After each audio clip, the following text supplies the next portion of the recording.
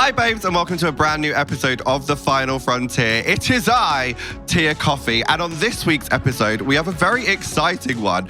We've got a candidate for the Green Party leadership who believes in making bold moves in politics, and I voted for him for the leadership because I am a paid member of the Green Party. It's Zack Polanski!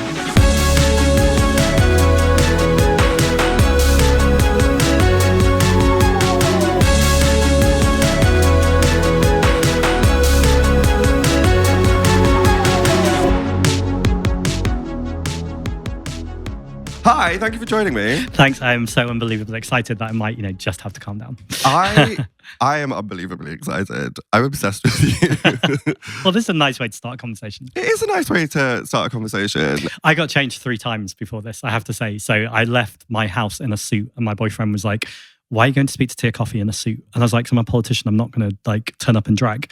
And he's like, I think you can do better than that. So then I went back and then I tried a bit too hard and I left the house. He's like, no. So then I've ended up in very plain neutral. I'm just here and calm. No, I love it. And you're wearing a matching outfit to Producer Poppy today as well, which is lovely. Do you know what? I had a similar thought process because I felt like I often host my podcast in full drag because I do drag. That's what I do. But I was like, wait, you're a drag queen? Allegedly. Some have suggested it. I did not agree to this. But I sort of, I was sort of like in two minds about it. And I had a thought process where I was like, there's a lot of negativity surrounding like drag and gender identity and stuff at the moment. So I was like, I don't want to draw that kind of attention to you in this moment while you're running a campaign. So that's really, really kind of you. But I also feel like this is the exact moment for politicians to be speaking up for trans people, for LGBT community, for drag queens who might or might not be gay. And actually, I think this isn't a moment to shy away. I respect your thought in doing that today for me. But I think it's the time we've all got to be unapologetically ourselves. I feel like this is what you mean when you're talking about like being a bit bold and like shaking things up a little bit. Well, I think it's recognizing when you're a left-wing politician that the right-wing media are going to hate you. So you might as well lean into it and just, enjoy yourself and make sure you're standing for marginalized communities rather than like the constant triangulation we see from politicians. Yeah, I feel like that's a better approach than sort of trying to broaden your politics to appeal to more diverse voters. I'm not talking about anyone in particular, I promise. But I feel like that's a better approach and something that resonates more with me as a person, as someone who is a drag queen who's been on a international reality TV show twice.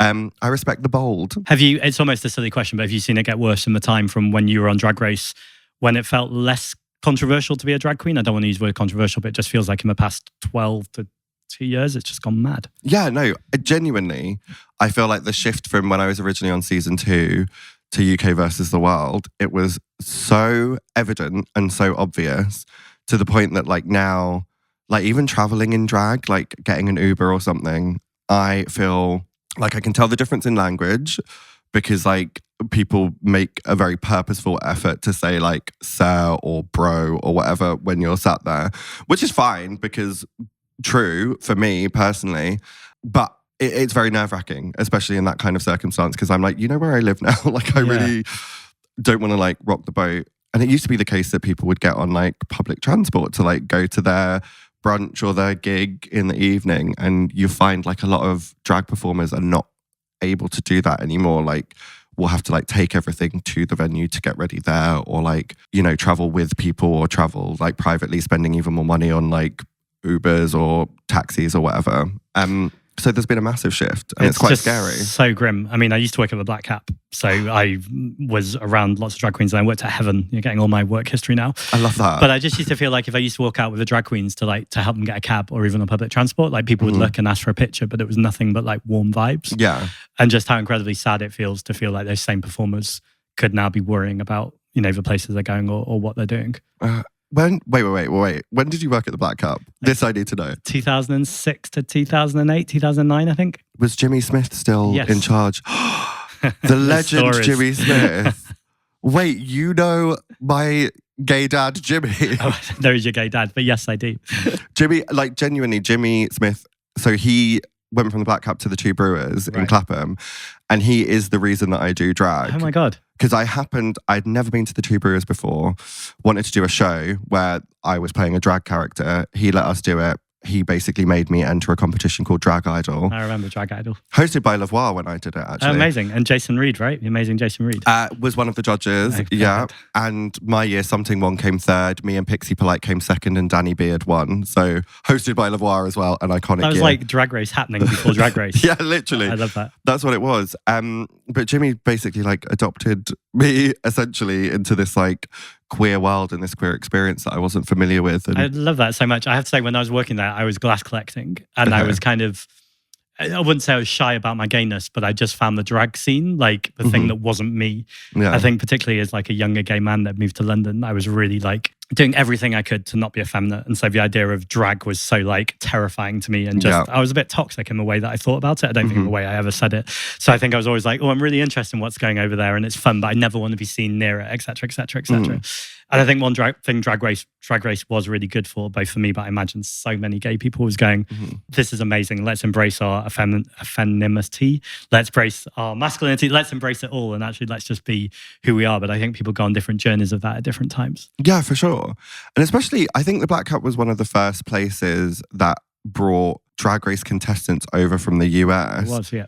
To sort of perform there. Did you see I wasn't any there of at those? that time, but I remember I'd left by that time, but I just remember the excitement about it and not understanding it because I wasn't watching Drag Race yet. And there were just like queues around the block for these people I'd never heard of. And actually I felt then and still feel now, despite the fact I'm sat with a Drag Race icon, but I'm sure you'd agree. Like there's a Icon. really good Camden drag queen. Give them some love. Like it doesn't have to be that they've been on TV for you to queue around the block, but it's also understandable when people see people and get to know them over a TV show over time, how they're like, oh, I really want to go see that person. Yeah, I think I first saw Bianca Del Rio at the Black Cup. That was the first ever drag show that I saw. Do you, now that you've sort of like come to love Drag Race, is there any sort of like drag bars or like drag performers that you enjoy from like the local scene, as you've mentioned? Yeah, it's Imelda, who I've always Lady loved. Imelda. Lady Imelda that was while I was working at Black Cap too. Yeah. Just think so ridiculously hilarious. And then I'm worried about picking favourites. Like names are flashing through my mind. No, I understand that. But yeah, Lady Imelda, who's in Brighton now, I think. Yeah, she performs like everywhere. She's all over. And then, oh God, I've not said Son of a Tutu, who will really shout at me that I didn't say Son of a Tutu before Imelda.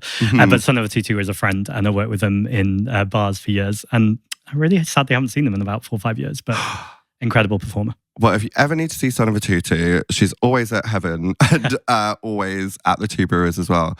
I don't know if Miss D isn't particularly famous, but she's always at Heaven on a Monday night. And me and her used to work together. She's not a drag performer. She just does drag in Heaven. She used to do the door, and we used to do the door together for about 10 years of a night called Hidden and then a night called Popcorn. Popcorn's still going. Yeah, exactly that. And we used to sit on the door together and just greet people in. And she was absolutely hilarious. Wait, how do you go? You've gone from the door, working the door at Heaven, to like... Before that, I was a flyer boy for GAY. So I just used to stand out in the street and just try and encourage people to come to GAY or to come to the club. And so, yeah, I spent a lot... Wait, sorry, not laughing with, not that's an unexpected twist in the tale. Yeah, I mean... You were a flyer boy. Yeah, I guess the thing to go back to is I was an actor when I moved to London. I'd been to drama school. Right. Went to America to study Shakespeare for absolutely no reason other than it seemed like a laugh. Came back, and when auditioners would say, why did you go to America to study Shakespeare? Rather than have some erudite answer, I was like, seemed fun.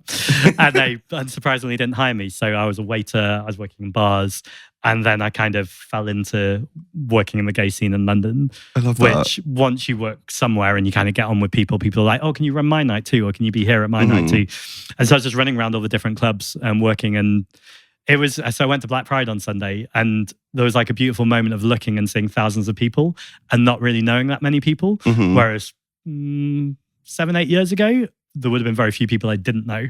And so it's just been amazing to see this whole new wave of generation of particularly young Black gay people, but, you know, across all ethnicities. And I know there's still problems, and we were just talking about the problems, particularly for drag queens, but it's probably also important to remember how things are getting better in other ways too. And so it's not linear that rights get better for everyone or not better for everyone. I think generally for gay people in particular, things are becoming more accepting. It's just particularly our trans brothers and sisters and non-binary people, I think, that really, really need defending. Oh, for sure. And it's not good for all gay people. I want to be careful, you know, saying that. But I think generally it's feeling like there's more acceptance happening. For sure. I feel like we've been out there trying to warn people, but like when rights are taken away for one marginalized group, they can and will probably impact other groups as well. And we're seeing it in America with women's reproductive rights and health rights. And it's exactly what you just said. They kind of go, what's for marginalized community we can go get easiest? And then they just start to strip back rights for everyone, which is why solidarity is fundamentally the only most important thing. Oh, massively. That, can't remember her name, that diva with the glasses in America now trying to get the Supreme... No, not her. The one who's trying to like get gay marriage repealed in the Supreme Court, proposing that. Not Marjorie Taylor Greene? No. The diva who didn't do the marriage license for the couple, and that became a whole drama like years ago, and then she's got herself involved in... Anyway, she's a dick. Thank you, Evil Jimmy, for that tidbit. On hand at any moment with awful Republicans. No, it is. That's why we have a diverse range of politics here. Yeah, but it's just true. Like once things are impacting one group, they can impinge on other people, which is why the gays who have slightly transphobic leanings are absolutely insane and ridiculous. It's so grim. I genuinely find it one of I don't want to keep talking about depressing things, but I do find it one of the most depressing things, especially when they're older gay people who have lived through Section 28. Some of them are, talking about Stonewall as an experience they've had. And then you go, how can you not join the dots and see it's the exact same playbook against trans people? Yeah. It's the exact same arguments, the exact same moral panic. And actually, it's no more complicated than just going, let people be who they want to be. Yeah, let people piss in peace. Right, exactly. It's not that deep. There's a slogan. Let's stop talking about like sad, depressing things for a second, because I do want to come back to your love of drag and Drag Race. When did you sort of like discover that you were like into it? Who first showed you an episode of Drag Race on the television? Really good question. I think it was one of my best friends who was called Stephen who is an amazing actor. He was in a film called Fit, which went round every school in the country about 15 years ago to talk about homophobia in schools. And then he toured it with the amazing writer Ricky Beadle-Blair, who's also one of my best friends. Oh, wow. Well connected. Ricky's incredible. And one thing I always remember is in the schools, kids would say sometimes, isn't this just propaganda? And he'd be like, yeah, isn't it sad that love needs propaganda? And I just always think that's such a powerful line. That is smart, yeah. But I think particularly Ricky was getting me into the ball scene. He hosts balls in Manchester and Liverpool. And I was aware of Drag Race and I had reservations about it that my boyfriend still has about it, but I've got over them and he hasn't. Okay. Which is kind of the neoliberalism of any reality TV show, the kind of cutthroat kind of you are competing against each other. I mean, I feel like within Drag Race, there's conversations rehearsed to death. Like how much do you compete against your sisters? Yeah. But I do genuinely think there is an answer at some point where you go, everyone knows they're going on a competition. Yeah. And as long as you're respectful about that and loving about that, then actually competitions are fun to watch and everyone is consenting and that's totally fine. Side note, but tonight I'm going to, it's my first night off in about 3 months. Okay. I'm going to the Traitors live experience. It's so good. Oh my God, I'm so excited about it. But I'm taking my boyfriend, who is the most beautiful human being in the world, both inside and out, and hates any kind of conflict, hates anyone being mean to each other, will not watch the Traitors because it looks too intense for him, and he doesn't like people like ganging up on each other. Yeah. And I'm just very worried about the experience that he's going to have this evening. I'm hoping it's not going to traumatize him. Although knowing him, he will win. I'll be out first round, like really, really into it. If anyone even sniffs that I'm a politician, I'll be gone. But he'll be there till the very end. So I have had this theory about Traitors that I'd be really bad at Traitors because I know what I'm like. Like I just am a person who exists as the person they are. As soon as I got into that room with strangers, like I was with a group of people, it was sort of like the trial day for it. So it was all the people who are like from Live Nation who do the tickets or like the very corporate. So they had no context for like why I was in their group. And I just sort of sat down and I was like suddenly very shy and they were like, what do you do? And I was like, oh, just sort of like influencery things. Because I was like, if I tell them that I have been on competition reality TV shows, they'll be like, and I'm like, oh, I'm just sort of like post on my Instagram, like influencery stuff. You literally turned into Baroness Basic. Yeah. And I got chosen, like I got appointed a traitor by the 2 previous traitors. And as soon as that happened, I was trying to get one of them out. I was like, come on, we need to gang up on him. Brutal. It turned me into a different person. So be warned. Did you want to be a traitor? Because you get asked when you first go there, don't you? Do you want to be a traitor or faithful? I was 100% like, I want to try being a traitor because I thought I'd be so bad at it that they wouldn't pick up on it. Right. And then suddenly I was a traitor and I was there being like, I think we should go for that bad. Like, it came out of nowhere. I'm ready for you on Celebrity Traitors. I just hope someone picks us up and books you. Well, that is happening, isn't it? Yes, it is. There is one. And Paloma Faith's going to be on it. I love Paloma Faith. Me too. She's amazing. Tom Daley. Yeah. I hope Tom's not a traitor because I really don't think he'd be able to do I think it. he might crack quite quickly. It's just a very nice young man. It's true. Although, weirdly, so I was in a show a few years ago called You Me Bum Bum Train. Which I'm familiar with. Amazing, immersive show. And my job was to be the Newsnight presenter. Mm-hmm. And people would come in one after another and I'd have to grill them. And my literal instruction was to try and make people cry. Just like make people feel, as silly as possible. And then at the very end, lift them up so people leave having had a really good experience. Mm-hmm. And Tom Daley came in through, and I remember thinking, I don't know how he's going to be with politics, although of course he's married to someone who's very political. Yeah. Not that we're always what our spouses are. But he was incredibly intelligent, as now I know he is. I just only knew him as the diver at that point. I nearly said swimmer. Definitely diving, not swimming. No, he is, but I feel like, well, actually, maybe that is the perfect guise that no one would ever suspect, like poor innocent sweet Tom Daley. For sure. And then actually he's like dagger in the back, like with the sewing needles. Yeah. Prolific knitter and diver Tom Daley. That's very unexpected, isn't it? So then I got really into Drag Race. Yeah, sorry, back to that. I think I saw season 5 with Alaska and was Chandra in season 5? No, Chandra was in every season before that. Yeah, pretty much. Who, Alaska, Jinx won that season. Yes, exactly Alaska. Alyssa Edwards, that's the drag queen. Alyssa is one of my favourite drag queens of all time. I'm aware that I'm looking in the eyes and saying that. You're one of my favourites too. We're talking about one of my favourite American drag queens. Okay, fair. Good save. And I thought she did really, really well on was it All Stars versus the World when she came back? Global. Where like that must have been tough to like be working at that level and then go back onto a reality show. Yeah, I feel like for someone like Alyssa, she's like going in it with every confidence in the world because I doubt she knew who Athena Leakey from Drag Race Belgique was. Totally. Because unlike me, I don't think Alyssa Edwards watches every single franchise around the world. Yeah. So yeah, I feel like she probably went in there being like, what is happening? And probably knew that she was going to get to the end. Like someone with that level of confidence, I feel like has it in them. That's so true. And what I love about her is because I also love We Are Here. Mm-hmm. In fact, maybe even more than Drag Race. I just think, and that's something my boyfriend will watch. I keep talking about Richie, but he's kind of really connected with drag through that in terms of the stories that you see. And obviously, it's inherently political too. Yeah, I just thought Alyssa was amazing on that. She was. I feel like that is the show where they sort of, for people who haven't seen it, they go watch it. Yeah, you must. It's drag queens sort of going to these like small like rural towns in America and like having important conversations and bringing like their sort of like drag sparkle to that. God, we need a UK version. So there's a really hilarious moment where, I say hilarious, also grim. I've asked Richard Tice, Reform Deputy Leader, several times to debate me.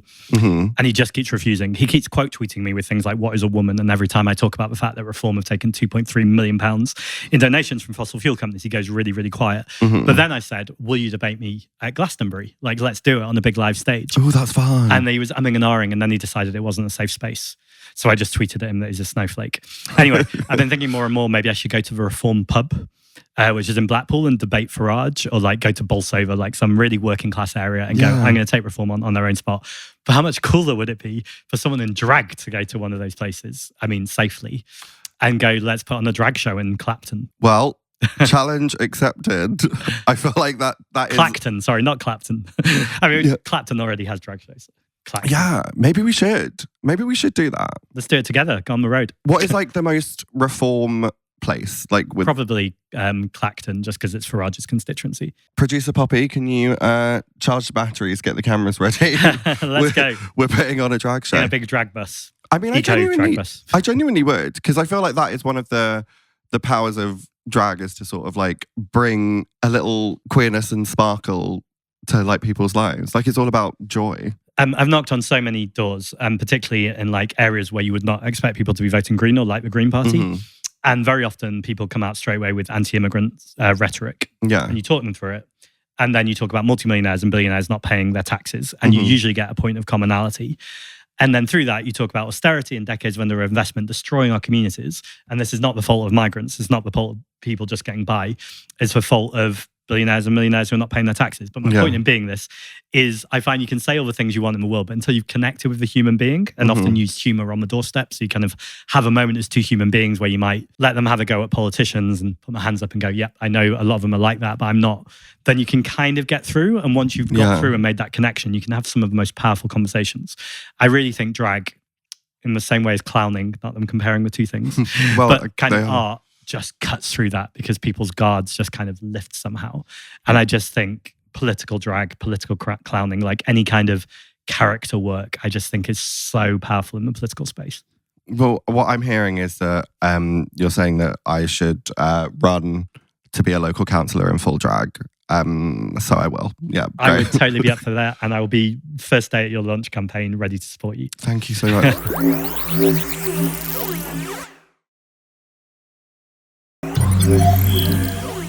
It does feel like you're sort of like a different energy of like politician that maybe people don't necessarily expect, especially with your background as you've described it.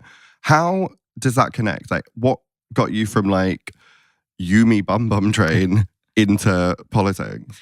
So I think if someone asked me to encapsulate my politics, it's always the same story, which is talk to the most marginalized group, find out what's going on with them and what they want to change, and then act as the conduit to speak with them rather than for them. So you're making sure they're still in the conversation, and then challenge power. And in almost every exchange that I do as a politician, so I'm elected for London Assembly, but before that, just campaigning, and now hopefully as leader of the Green Party in a few weeks' time, to be able to keep talking to these communities and recognize that ultimately it's all about storytelling. Yeah. So you can have the best facts and statistics to hand, and I do a lot of work to make sure that's there because you've got to be credible. But I also know realistically that hardly anyone's listening. Like people are overhearing stats, that overhearing politicians say they're wrong because the truth is this, because people don't know what to believe. But what people really want is storytelling. They want to know who are the good guys, which is the 99%, I'd say it's the vast majority of us, and who are the bad guys, which is the 1%, the elites and corporations who are destroying our environment, destroying our democracy, and destroying our communities. Now, not all the 1% are bad guys. Some of them are literally saying, please tax us more. We want a more equal society. Yeah. But I'm talking about like our Elon Musks, for instance, who are earning more money while they're sleeping than any of us could ever earn with our hands, our brains, or I was going to give a drag reference then, or sachets, whatever it might be. Yeah, exactly. Yeah. And I just think these things, although they sound very different, are all the same thing. Yeah. They're all basically about grassroots community work and recognizing it's an odd thing to say when I'm running to be leader of a political party, that I don't think the change will come from top down. I think the change comes from the people who are, theoretically at the top of a party saying the power needs to be with everyone in the same way that we do with wealth. We want to redistribute it. And actually, what does it look like when power is redistributed? And the reason why I often talk about marginalized communities is if you protect them or make sure they're the most empowered, that actually protects everyone. Because if you lift rights for the most vulnerable people in any situation, then you're lifting rights for everyone. It's in the same way that if you design a city or a town for disabled people, it's obviously great for the people with disabilities, but actually it's great for everyone because it means you have wider doorways and you have more ramps and better kind of quality of thinking about how you design the space. So I feel like we've gone on a very serious answer here, but I think to link it also to the other stuff I've done, I think it's about having a sense of humor about it all. So the things I'm dealing with, we're all dealing with, are really, really serious. We've talked about the rollback of trans rights. We've talked about the literal dangers that people who perform in drag are facing. We could also talk about violence against women and girls, what's happening with migration, people who can't afford to pay their rent, their bills, etc. These things are all really serious, but the way we communicate about them, the way we connect with people and the way we tell these stories doesn't have to be serious all the time. And actually, I think you can find ways to bring light to the situation or to present a bit of hope, a bit of empowerment, a bit of vision. And so I think all of these things are in some kind of mix where I was either going to go on Drag Race as a contestant, awful, or I was going to be a politician. No, I see that. I think that's like a really interesting point that you mentioned, because it's something that I use in my life is like the way that you communicate with people has to be like clear and accessible. Because there was a point in my life where I thought like talking in a fancy way and like making every conversation sound like an essay makes you seem like you know what you're talking about, but actually like connecting with people on that human level is far more important. People not understanding what you're saying doesn't mean that they're going to understand what you're saying. It's literally the opposite. Like you have to communicate in an accessible way. And I think that that also feels like a connection between like your previous life and your current one. Totally. And you did this, and Davina, who I absolutely love on season 1 also, I think like brought the politics explicitly into the Drag Race space. And I just think that's so powerful because you've got that mass audience where people are listening who, if you ask them about politics, might reject it. Not all of them. I know lots of people are political and watch Drag Race, but lots of them might just not be interested at all. And just these kind of little moments in between the comedy, I just think are more powerful than any political speech anyone can give, because actually you're moving hearts and minds through the work. And I don't think it's either or. I think all of these things can be done in different spaces. And I think we need all of these things to be done. Yeah, for sure. I also think, as a politician, you endlessly repeat yourself because you're always looking for key messages. It's called defective frequency. Yeah. No one knows this better than drag queens who like know that the audience want to hear their slogan, or they want to hear that like moment again. And I can only imagine as a drag queen how much like there must be some days where you're like, I don't want to say that slogan again, or I don't want to do that thing again. But actually, you don't want to be saying to your audience, oh, you can't have my greatest hits. Here's just some new stuff. You kind of got to do the greatest hits and then go, oh, and here's some new things you might want to consider. For sure. It's people in the street shouting, I don't want to see any fucking H&M at me. Do you know what? Keep going. It's fine. I appreciate it. I was there. I understand it. And that was a really problematic moment though as well. So like, I don't know how much you can comment on Drag Race, but as in on Rue as well. But yeah, I was about to dive into a conversation, but it feels like it's not a helpful conversation. But also, people are complex and people can do amazing things like create entire franchises and give, I don't know how many drag queens there must be around the world now, as in hundreds, probably thousands now, right? Yeah. Of all the franchises, and give those people platforms and spaces. Like, I don't care what anyone has to say about RuPaul. I think that's a phenomenal thing to do. And like, if you don't think it's a phenomenal thing to do, why didn't you do it before? Like it's easy to criticize. And I don't think they're perfect, and I won't come on your podcast and list my issues with them. But I think people can be complex, and that's fine. I totally agree with that. And I know we're alluding to some things, but I totally agree. I think you can achieve amazing things and still have problematic moments. I love Tyra Banks, right? And America's Next Top Model, but I think maybe doing the race change photo shoot was not a great idea. And that's the other thing. If you're on TV for that long, like how long's Drag Race been going on? 15 years? Started in 2009. And you go back to some of those early seasons, and there is undoubtedly very problematic things to be like being said and done. But society was problematic too. And I think you can see this through Big Brother as well, just the way that like I loved early Big Brother, but you look back and you're like, the things they were doing to those people were just like totally morally indefensible. Yeah. But that was like what was culture at the time. And these things are all relative to how you have these conversations. I think Big Brother's a really good example because I have like an obsession. I was like really obsessed with Big Brother when it first started. Me too. And like, I feel like you can tell a lot about society from that. Like, I'm pretty sure this statistic is still true, that every single first evicted housemate has been a woman. Oh, I didn't know that.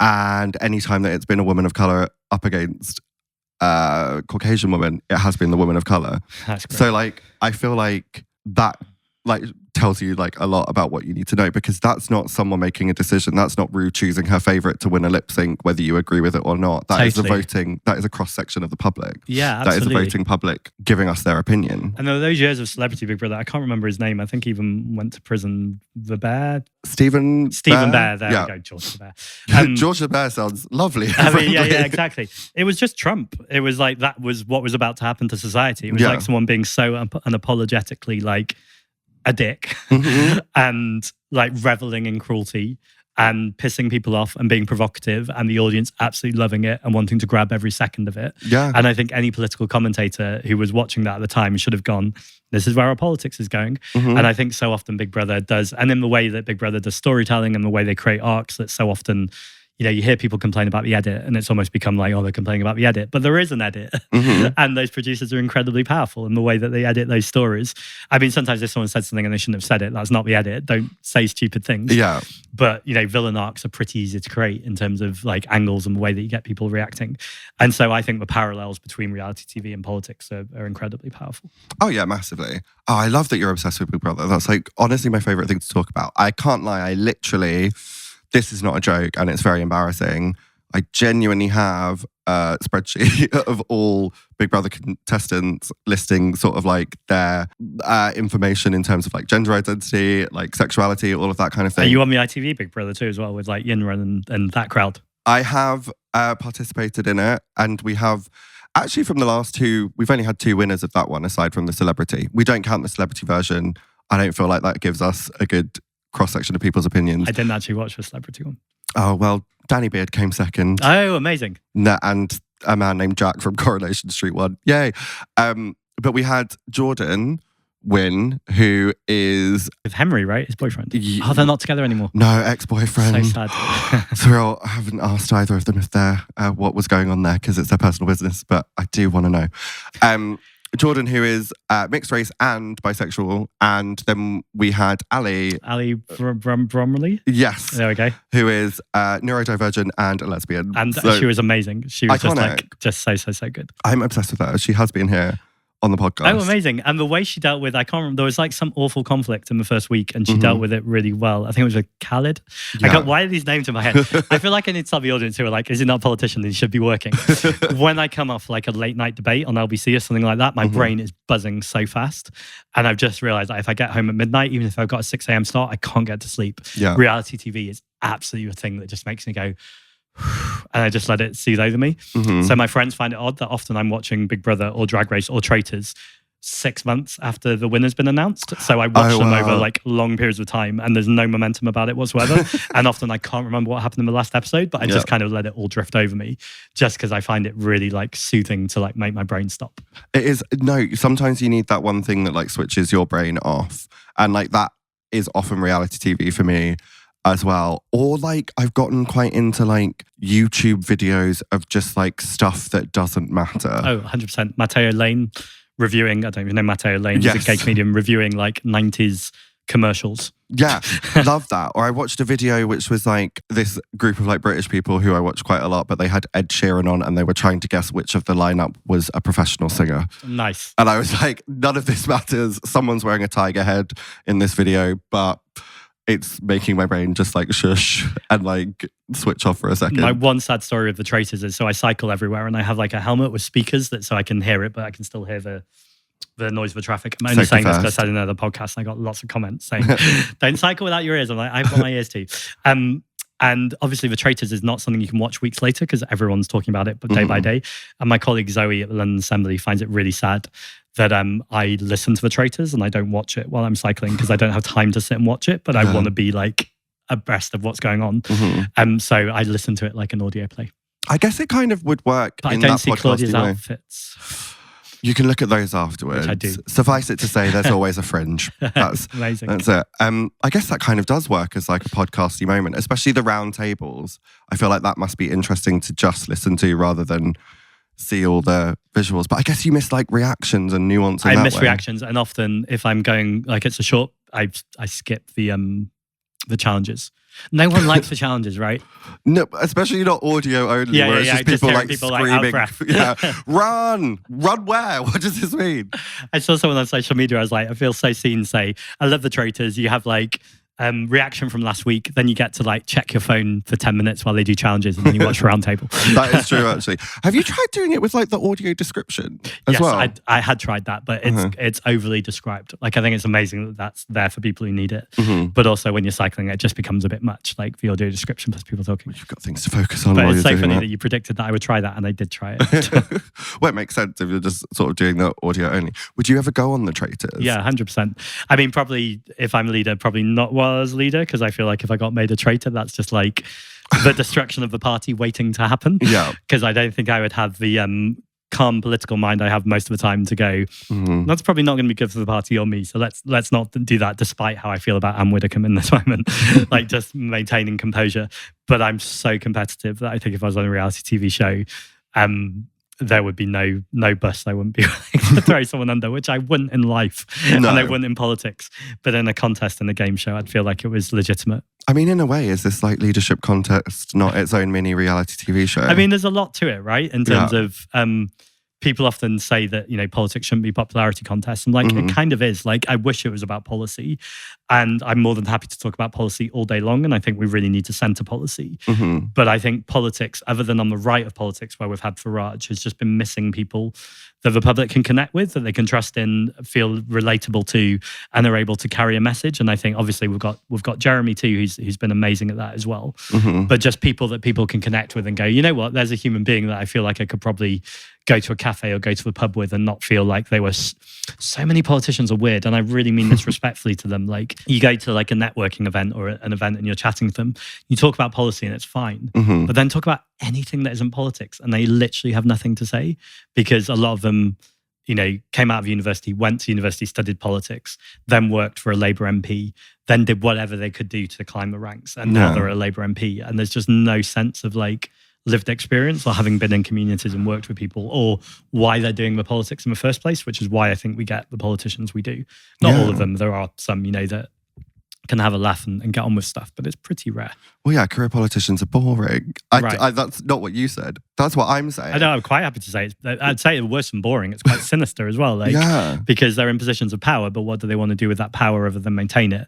And the last thing we need right now is status quo maintaining when things are so crap for so many people. Yeah.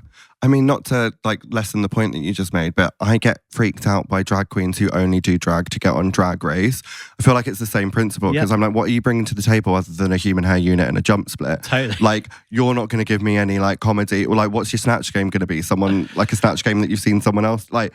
And we see this though with contestants, right? You can see it a mile away, and it has that like layer of inauthenticity you can't quite put your finger on, but you can never quite get lost in them. Yeah, because they're not bringing something to the table that's like from what they've like experienced in their own life. And I feel like that's really important to have a perspective, I guess, both in drag and in the political sphere.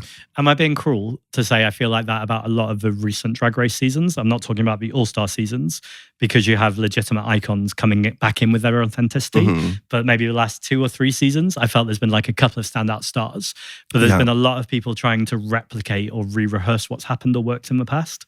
And you kind of watch it and you go, 1, you're not doing it as well. And 2, it was amazing because it was unique and authentic. And actually, I can only imagine how terrifying it is, because I feel this as a politician, a public speaker too.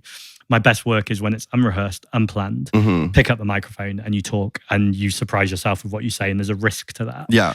But like, over-rehearsing is the death of any performance, both for a politician, but I think especially for a drag queen, when it looks so controlled, you're just like, I can't enjoy it. Oh, I totally agree. We need more messy drag queens. I totally agree. That's how I felt about the last 2 or 3 seasons of UK politics. Right. We need more messy politicians. Be real.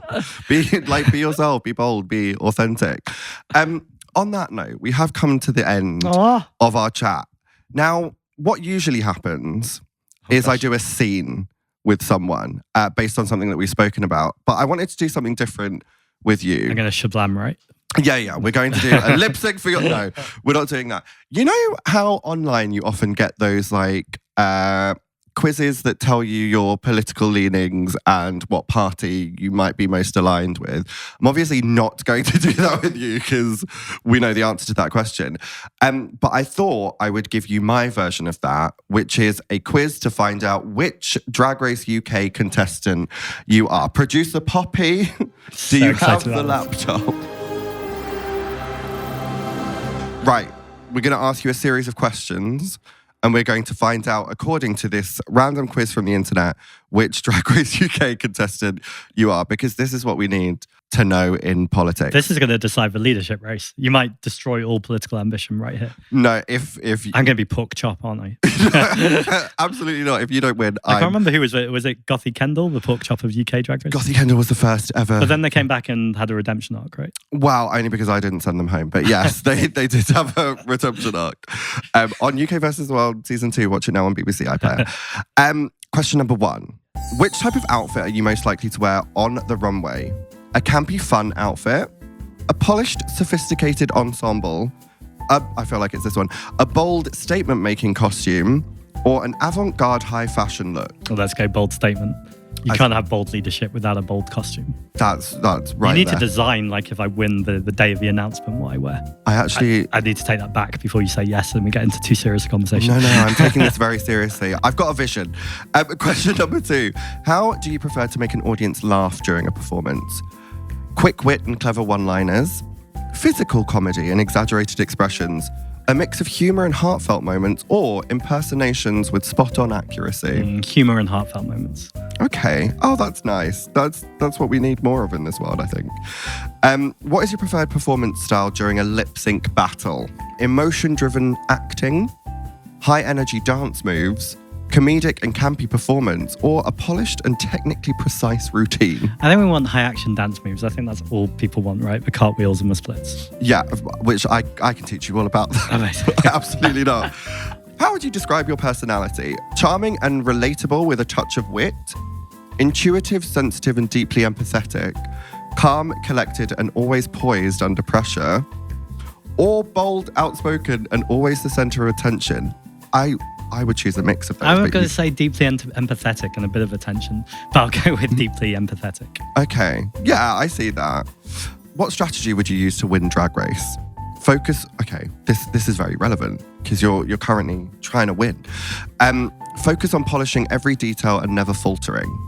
Stay true to your unique sense of style and be memorable. Show major growth and win everyone over with a story, or stand out with comedy and personality. I think stay true to yourself.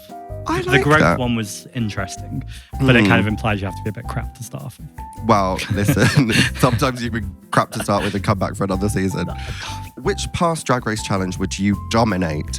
A girl group challenge with killer choreography. I wish I could, but I wouldn't. Well, we can work on it. We'll start a drag group together. An acting challenge with spot-on character work.